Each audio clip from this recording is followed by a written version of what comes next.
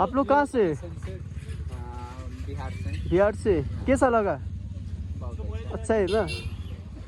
Okay. Peace pagoda चाहिँ यही हो गाइस, जुन चाहिँ जापानिज टेम्पल लोकल नेम होइन, तर प्रायःले जापानिज टेम्पल पनि चिन्दै रहेछ।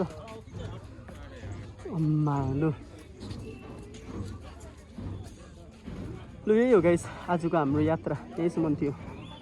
माथि छ जापानिज टेम्पल। रिदम यही भाइ।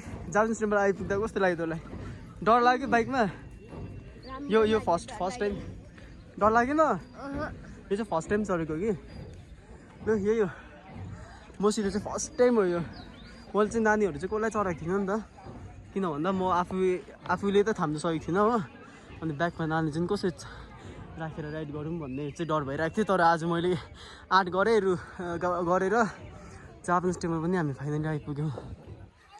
ल यति थियो। अब फेरि हामी अर्को भिडियोमा भेटिहाल्छौँ ल। त्यतिन्जेलसम्म तपाईँहरूले फेसबुक पेजलाई फलो गर्नुहोस् र च्यानललाई सब्सक्राइब गर्नु है त।